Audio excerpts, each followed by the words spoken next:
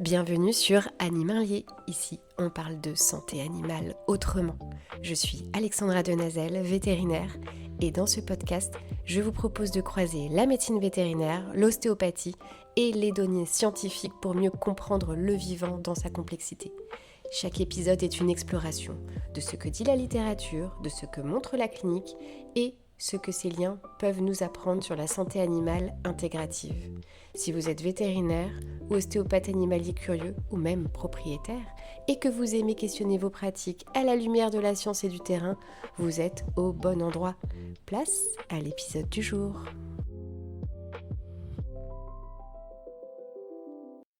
Et c'est parti pour l'épisode du jour. Aujourd'hui, on va se pencher sur les facteurs de risque en compétition d'agility pour les border collies. C'est assez niche, mais c'est super intéressant. Je vais me baser sur un article publié dans Animals en 2024, donc qui date d'il y a 1 an et demi, 2 ans. Et dans cet article, ils ont identifié 7 facteurs de risque comme étant corrélés au risque de blessure chez les border collies qui participent à des compétitions d'agility.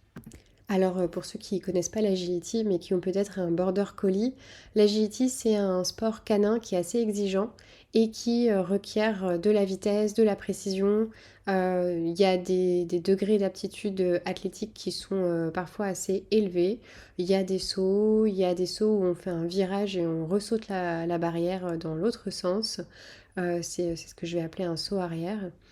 Et c'est un sport qui consiste à faire parcourir au chien un parcours d'obstacles chronométré, qui comprend donc, comme je disais, des sauts, des tunnels, des obstacles. Il y a des planches qui font balançoire.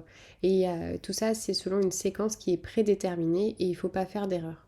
Alors il y a déjà des études antérieures qui ont été publiées, bien sûr, sur l'agility, qui suggèrent qu'il y a un taux élevé de blessures au cours de la vie chez les chiens qui pratiquent l'agility. Ce taux de blessure, il va de 32 à 42%. C'est quand même hyper important. Et j'avoue que je ne comprends pas les gens qui ont un chien sportif qui fait de l'agility et qui ne vont pas chez l'ostéopathe pendant plusieurs années. C'est vraiment quelque chose que je ne comprends pas, surtout quand on voit ce taux de blessure de 32 à 42%.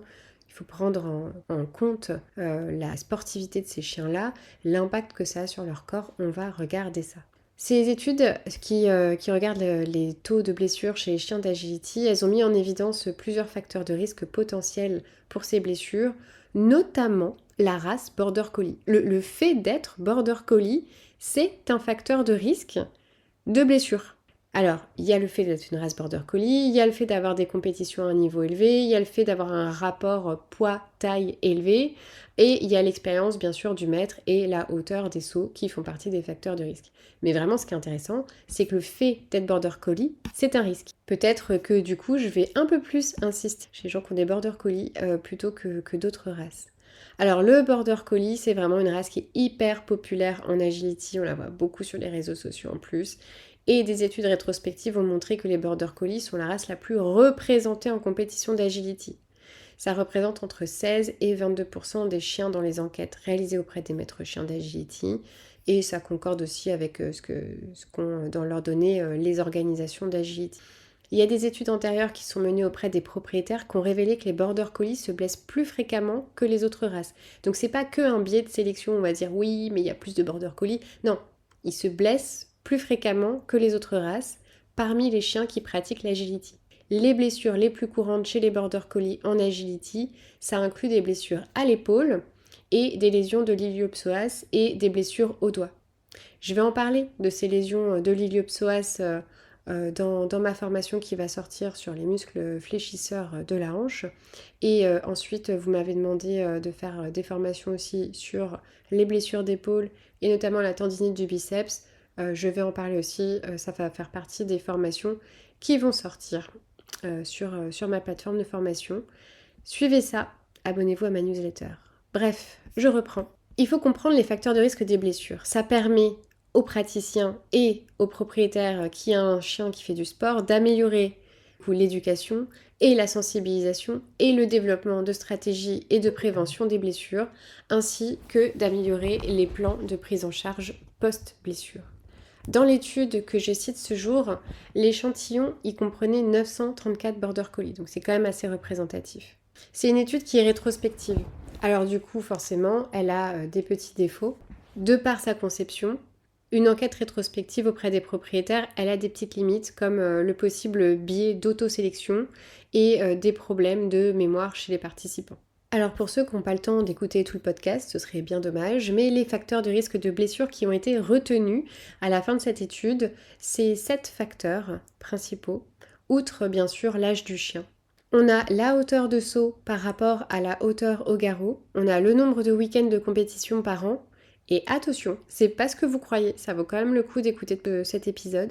Il y a le nombre de compétitions nationales par an, et encore une fois, c'est vraiment pas ce que vous croyez. Il y a l'âge de début de saut à hauteur du coude. Pareil, on croit des choses, mais franchement, c'est hyper intéressant le résultat de cette étude.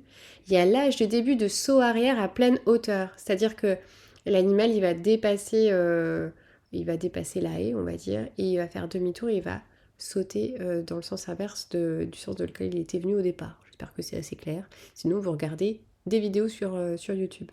Et il y a le mode d'acquisition du chien et il y a l'âge du maître. Donc ça c'est les facteurs de blessure tout court. Alors on va les prendre un à un et puis je vais vous détailler ça. Il y a la hauteur du saut par rapport à la hauteur au garrot qui est significativement associée aux blessures. Les chiens sautant nettement au-dessus et nettement en dessous de cette hauteur du garrot étaient plus susceptibles de présenter des antécédents de blessures. C'est-à-dire que si on saute plus de 10 cm au-dessus de sa hauteur de garrot ou moins de 10 cm en dessous, on se fait plus de blessures. C'est là où ça peut être intéressant de demander des vidéos aux propriétaires quand on les a en consultation pour regarder quelle est la hauteur finalement du saut par rapport au garrot de l'animal. Alors comme prévu, alors c'est pas une surprise que les border collies qui sautent nettement au-dessus de la hauteur des épaules présentent un risque accru de blessure. Les sauts, ils constituent l'obstacle le plus fréquent sur un parcours d'agility et ils peuvent être vraiment à l'origine de troubles musculo-squelettiques liés à un travail répétitif. Les catégories de hauteur de saut, elles sont déterminées en fonction de la hauteur du chien au garrot et elles varient selon l'organisme d'agility responsable. Les catégories de hauteur du saut font souvent l'objet de débats quant à leur impact potentiel sur le bien-être animal et les risques de blessure, mais pour l'instant, il n'y avait aucune corrélation définitive qui avait été établie.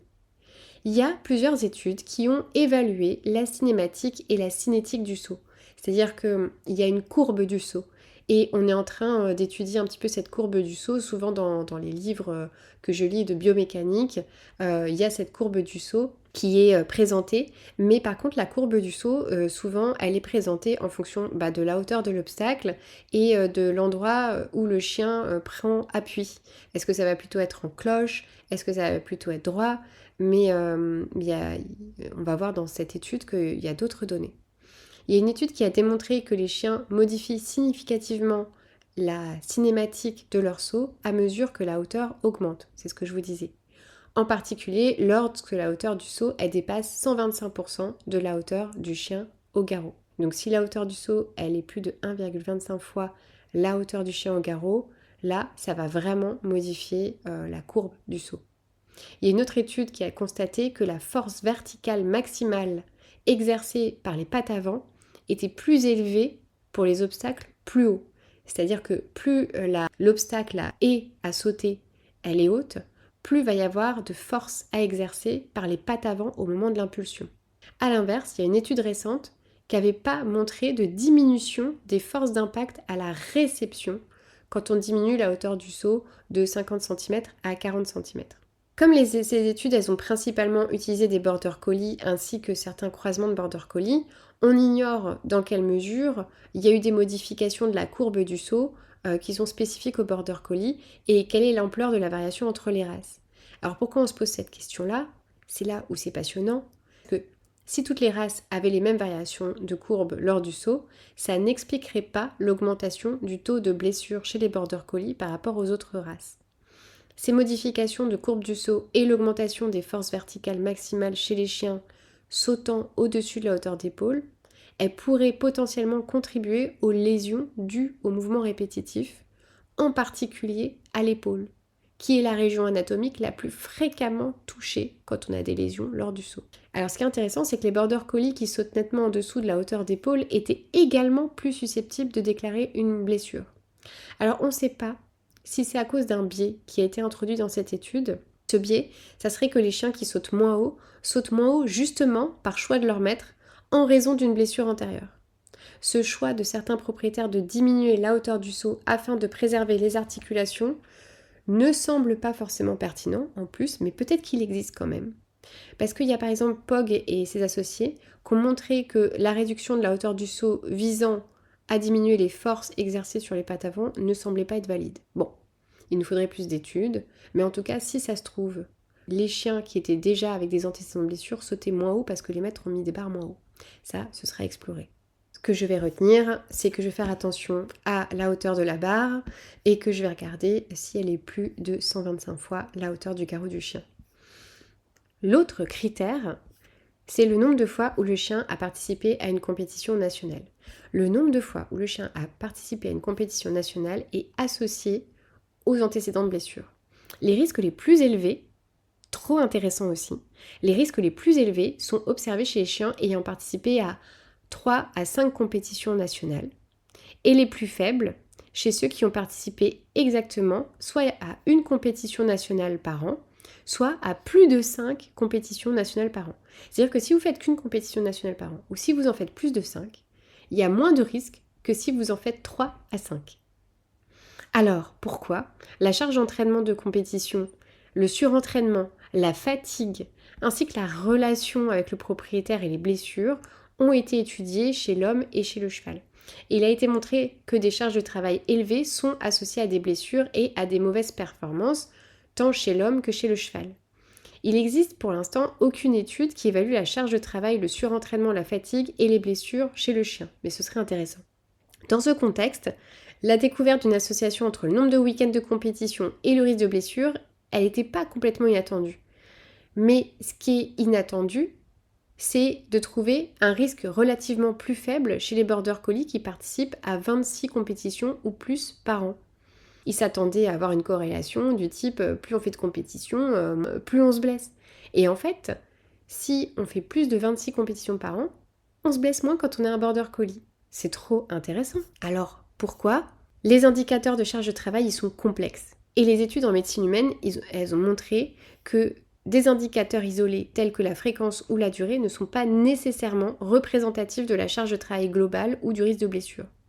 Et ça pourrait être le cas dans cette étude où le nombre de week-ends de compétition ne donne pas une image complète de la charge de travail totale. Il est également possible que les données soient faussées par un biais où les maîtres chiens réduisent le nombre de compétitions par an en raison d'une blessure antérieure de leur chien. Donc c'est-à-dire que si on fait moins de compétitions, c'est qu'il y a déjà un petit terrain où on se blesse. Peut-être que c'est ça, on ne leur a pas demandé. Par ailleurs, la diminution du risque de blessure chez ces border collies participant à 26 compétitions ou plus par an pourrait être due à une meilleure condition physique générale. Ce serait le paradoxe entraînement-prévention des blessures qui a déjà fait l'objet de nombreuses discussions dans le domaine de la performance sportive humaine. Ce paradoxe, qu'est-ce qu'il dit ? Il décrit l'effet protecteur d'une charge d'entraînement accrue et un risque accru de blessure associé à des charges d'entraînement trop faibles en raison d'une baisse de la condition physique. C'est-à-dire que si on fait un marathon par an et qu'on ne court pas le reste du temps, on se blesse, c'est assez logique. Alors que si on court régulièrement et qu'on entretient son corps, on se blesse moins au final. Il y a de nombreuses études qui suggèrent que le meilleur indicateur du risque de blessure, c'est plutôt le rapport charge-travail aiguë par rapport à charge de travail chronique. Donc ce qu'il faudrait regarder, au-delà du nombre de compétitions, c'est quel est le sport à l'année en fait. Et est-ce qu'il y a une charge de travail chronique ou est-ce qu'il n'y a pas de charge de travail chronique et on n'est que sur de l'aigu hyper ponctuel et c'est là où on a un risque de blessure au final.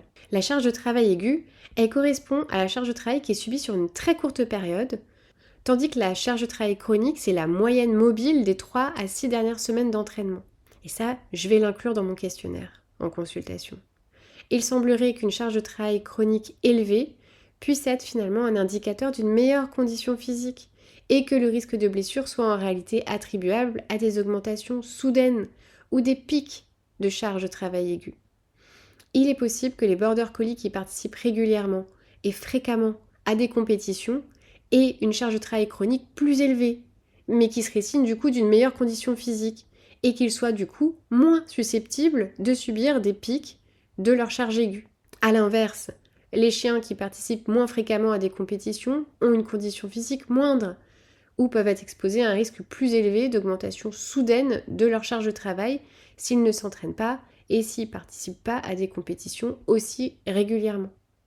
Bon, du coup, il y a besoin d'études prospectives, parce que là c'est une étude rétrospective, mais il y a besoin d'études prospectives où volontairement on va évaluer des variables de charge de travail sur les chiens et regarder la relation avec des blessures.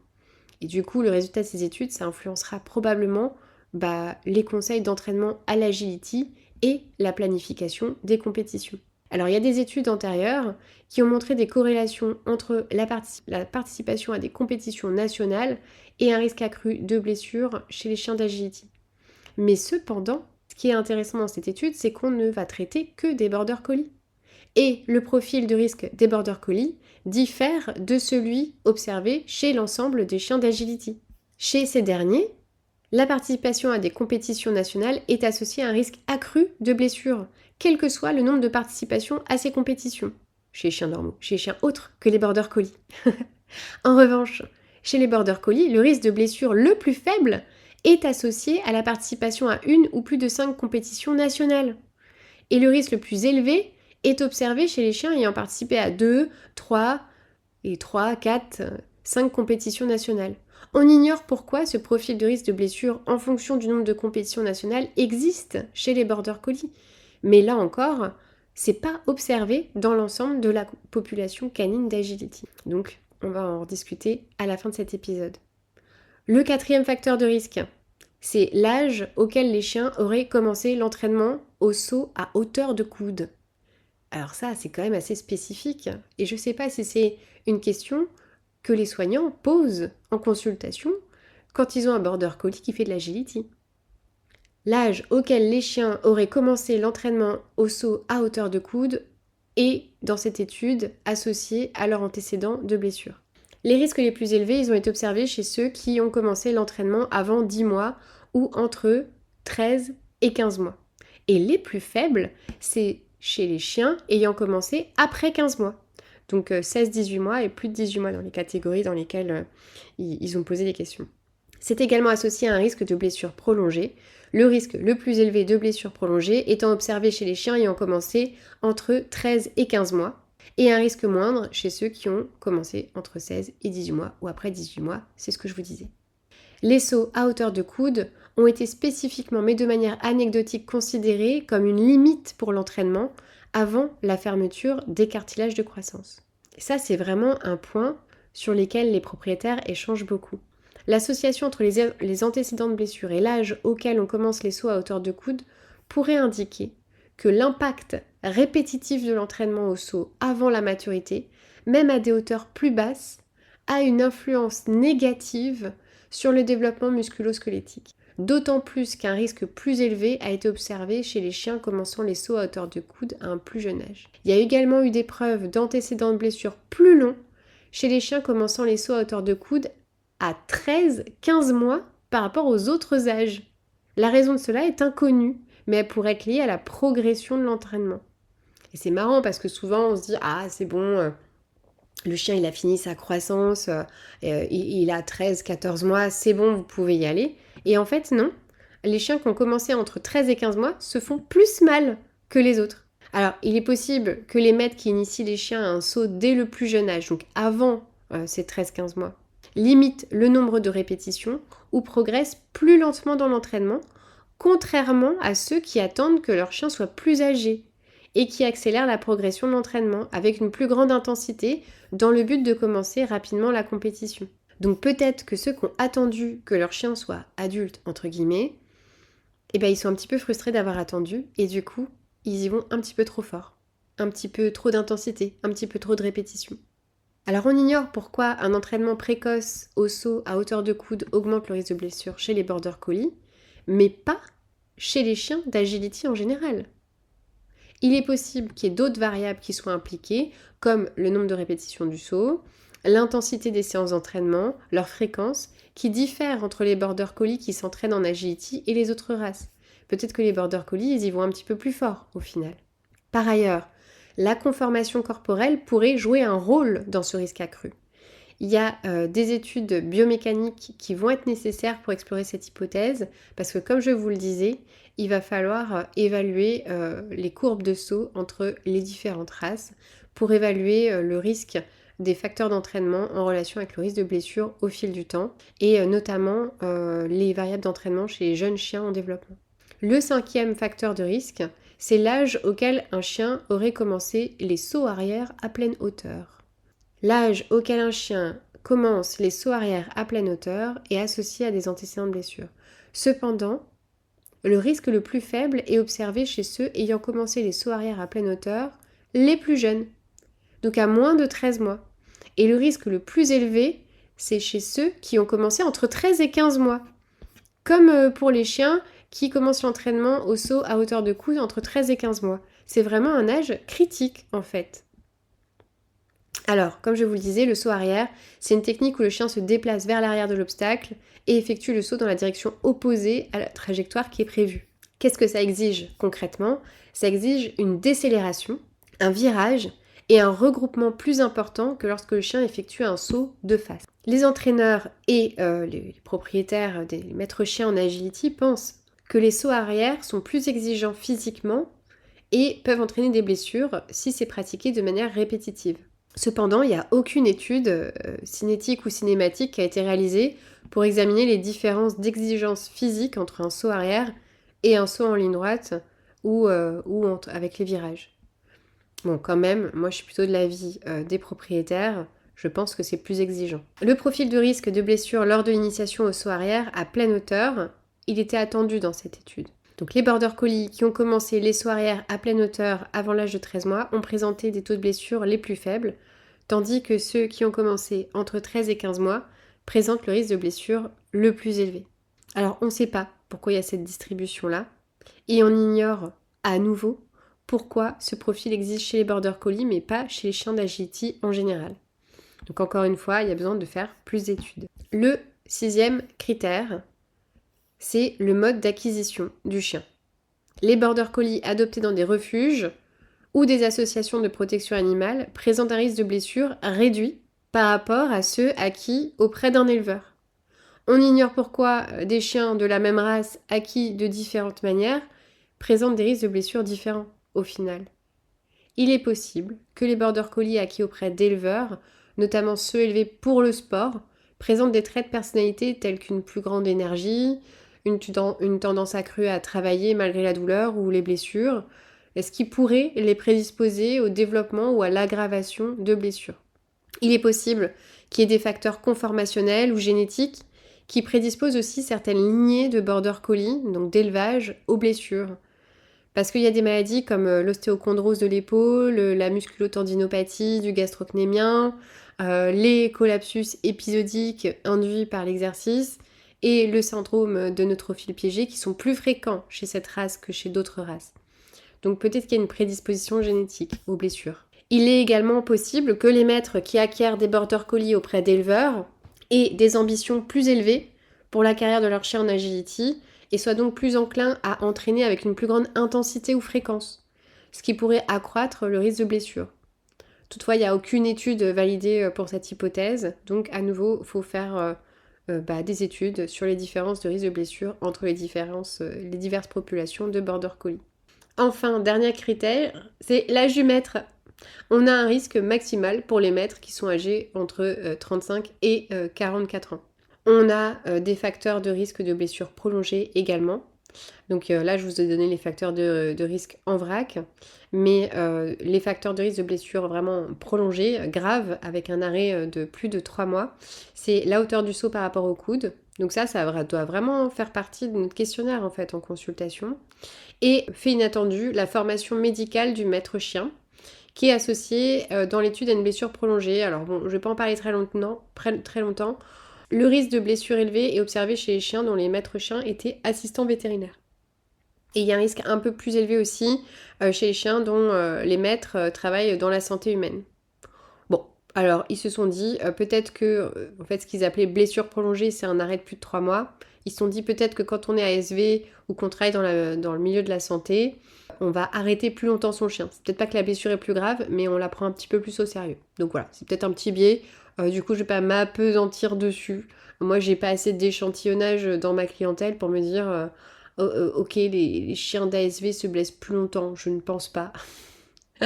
Je pense qu'on est plutôt sur le biais induit où on se dit bah en fait ils vont mettre plus longtemps le chien en repos avant de reprendre les compétitions. Alors les border collies, quand même c'est quelque chose à connaître, présentent un risque plus élevé de développer des lésions de l'iliopsoas que les autres races. Compte tenu du taux élevé de blessures au sein de cette race, la compréhension des facteurs de risque associés au développement des blessures chez les border collies, en particulier les border collies, et la comparaison de ces facteurs avec ceux des autres races et notamment les autres chiens d'agility en général, pourrait apporter un éclairage vraiment intéressant sur les facteurs liés à la race ainsi que sur les facteurs de risque modifiables liés à l'entraînement et à la compétition. Alors je vais revenir sur l'âge du maître qui est corrélé à un risque accru de blessures chez les border collies.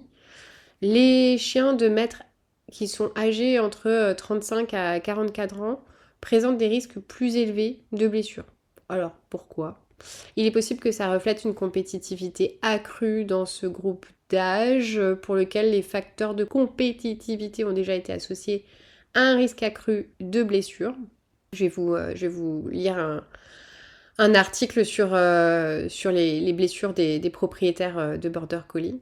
Et il y a d'autres variables qui peuvent avoir biaisé un petit peu ça, des variables liées à l'entraînement, à la compétition, qui ne sont pas évaluées dans cette enquête, qui peuvent être associées à des blessures plus importantes. Alors, concernant les blessures prolongées, le profil associé aux blessures prolongées diffère de celui des blessures générales chez les Border Collie. Je vais revenir dessus un petit peu. Le risque le plus élevé de blessures prolongées était associé à un début d'entraînement au saut à hauteur de coude entre 13 et 15 mois, contrairement aux blessures en général, où le risque était le plus élevé chez les chiens qui commençaient cet entraînement avant l'âge de 10 mois. Ce profil de risque de blessure chez les Border Collie est similaire à celui de la population canine en général. Alors on va parler un petit peu de la taille et de la morphologie des Border Collie.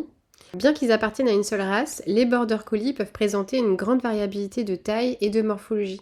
Si une étude rétrospective comme celle-ci ne permet pas d'évaluer la morphologie et son lien avec les blessures, il y a une analyse statistique qui suggère néanmoins que les risques des blessures peuvent varier selon la taille du Border Collie. Les Border Collie de grande taille sont notamment plus susceptibles de se blesser au doigt.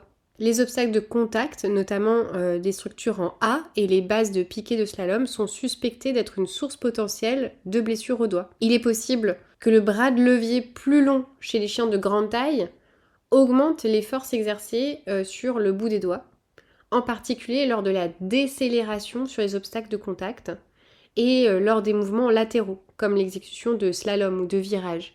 Alors, c'est pas des différences qui sont statistiquement significatives, mais on a quand même une tendance aussi à l'augmentation du risque de blessure à l'épaule chez les Border Collie de grande taille. Ça a été observé.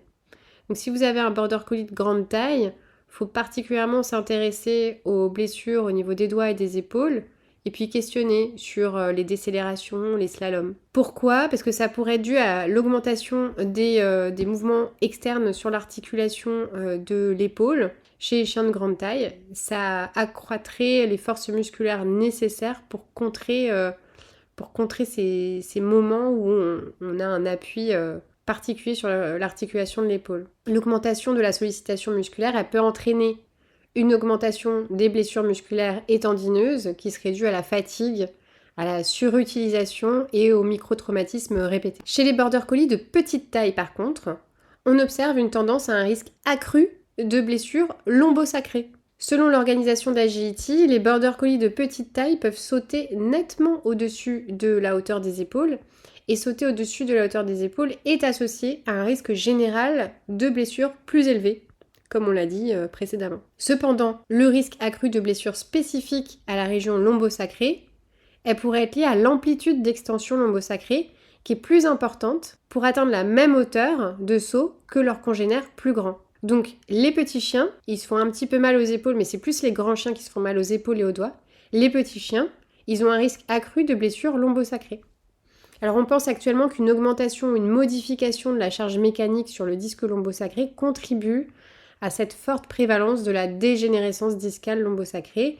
Et il est possible que l'amplitude d'extension accrue lors des sauts relativement plus haut puisse augmenter la charge mécanique sur le disque lombo-sacré et accroître du coup le risque de pathologie à ce niveau. Donc la structure et la conformation du chien peuvent influencer la cinématique et la cinétique du saut, de sorte que la biomécanique du saut varie selon la race, mais même au sein des races qui présentent une importante variabilité conformationnelle. Quand je dis que ça varie en fonction des races, concernant les border collies, il a été notamment spécifiquement démontré que la cinétique au pas et au trot diffère entre les border collies et les labradors. Et il est probable que la conformation et la structure influencent également la cinématique et la cinétique lors des épreuves d'agility. Mais le lien avec le risque de blessure, pour l'instant, il reste inconnu. En conclusion de tout ça, il y a 7 facteurs de risque qui ont été identifiés comme étant corrélés au risque de blessure chez les border collies qui participent à des compétitions d'agilité. Les border collies qui sautent au-dessus de la hauteur d'épaule, donc plus de 125% la taille du garrot, présentent un risque accru de blessure. L'association observée entre le risque et l'âge de début des sauts à hauteur du coude pourrait indiquer que l'impact répétitif des sauts avant la maturité influence négativement le développement musculo-squelettique et augmente ainsi le risque de blessure future. Ces données fournissent des informations précieuses sur les facteurs de risque potentiels des blessures chez les border collies. C'est une race qui est surreprésentée en compétition d'agility et ça vaut le coup de s'y intéresser principalement, surtout quand on sait qu'ils n'ont pas du tout la même biomécanique que d'autres races comme les labradors. Ces données, elles orientent sur l'idée de faire des recherches plutôt prospectives, puisqu'encore une fois, c'est une étude qui est rétrospective là, et ça souligne du coup cette nécessité d'études qui évaluent la biomécanique du saut et l'effet du développement musculo-squelettique ainsi que les relations avec les blessures. Il faudrait étudier l'âge auquel on a mis certains chiens à certains exercices, comme les sauts à hauteur de coude, mais au lieu de dire même border collie, il faudrait regarder la taille des border collies. Il y en a qui sont plus hauts que d'autres et qui vont pas forcément se faire mal aux mêmes endroits.